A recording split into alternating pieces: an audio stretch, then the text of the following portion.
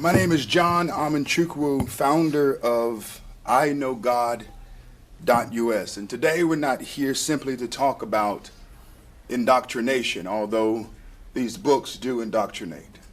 We're not here to simply talk about grooming, although these books do groom. But there's another term that we need to bring to light, and that is the term called mental rape. I call this kind of content and material mental rape because it assaults the soul, it stains the brain, and it robs children of their innocence.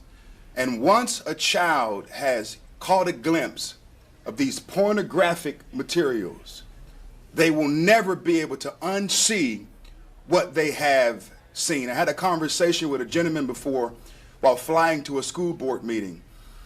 And he told me when he found out that he was homosexual. He said at the age of 9, when he watched porn on a video, for some reason or another, he was more attracted to the men than he was the women. And we all know that the human brain doesn't fully develop until the age of 25. What's the point? He should have never had access to see that content and or material in the first place.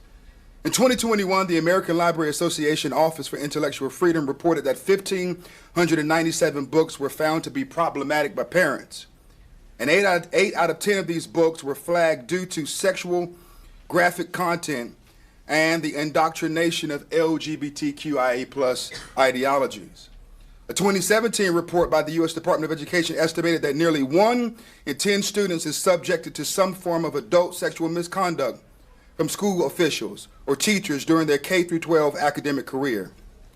To put that into perspective, there are roughly 50 million kids in America's public schools. This means that nearly 5 million children will experience some form of adult sexual misconduct before they graduate from high school. This content makes it easy for predators to prey on children. This book is available in school districts all around this state. And it says on page 118, it gives children the instructions on how to insert sexual toys into their body.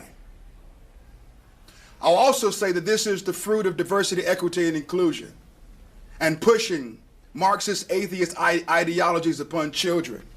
Not only in this book, let's talk about it, do we see this, but we also see in this book here, Queer, the Ultimate LGBTQ Guide for Teens, that this book explicitly details and shows children how to perform heterosexual sex and homosexual sex. This is not wholesome. This does not equate to a sound basic education. This is mental rape. And in my closing, there are 3 kinds of people when it comes to this kind of content. You have punks, you have perverts, and you have protectors. Punks say that I don't want to touch this issue because of my political persuasion. I don't want to offend my party, be it left or right. And so therefore they say nothing and they take the position of apathy. And then you have perverts who want to project their own youthful lust upon children. And so they become activists themselves. And then you have protectors. And these are the individuals who are willing to risk it all, even their reputation, to make sure that children are protected. This bill is about protecting children. And isn't that important to parents in North Carolina? If someone were to hand to one of your children a book for Christmas, say this book, and you open this book and you went to page 166, and you see on page 166 it begins to talk about how to properly do anal sex, what would you call that? I think that would be sort of clearly within that realm of vulgar, but what there may be other things that are is gray that areas, what I'm asking. would that be pornographic? Probably.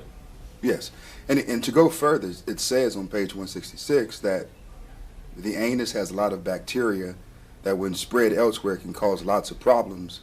If you're going to use a sex toy for anal penetration, be sure to use one made of silicone, because as long as it doesn't have electrical components, it can be easily cleaned and disinfected. Just boil it for 5 minutes or run it through the dishwasher. This is the kind of content that this bill is about. It's not about book banning. At the end of the day, we're trying to get these books out of circulation in the public school system and away from children. Pervasively vulgar is when a book is vulgar through and through in more than one area. And this book, just as well as many of these books right here, are books that hold up to that standard. And all we're saying as concerned citizens, as parents, as fathers, as mothers, as individuals who represent the faith community, as pastors, what we're saying is this is unacceptable. And that we demand that these books be removed and that children be protected. And there was a time in this country where these things were just common sense. In the same manner that a child goes through the public school system and they just can't type in their favorite porn site because they have guardrails on the internet. The same thing should take place when it comes to the library. Because who are we supposed to be protecting? The least of these, our children.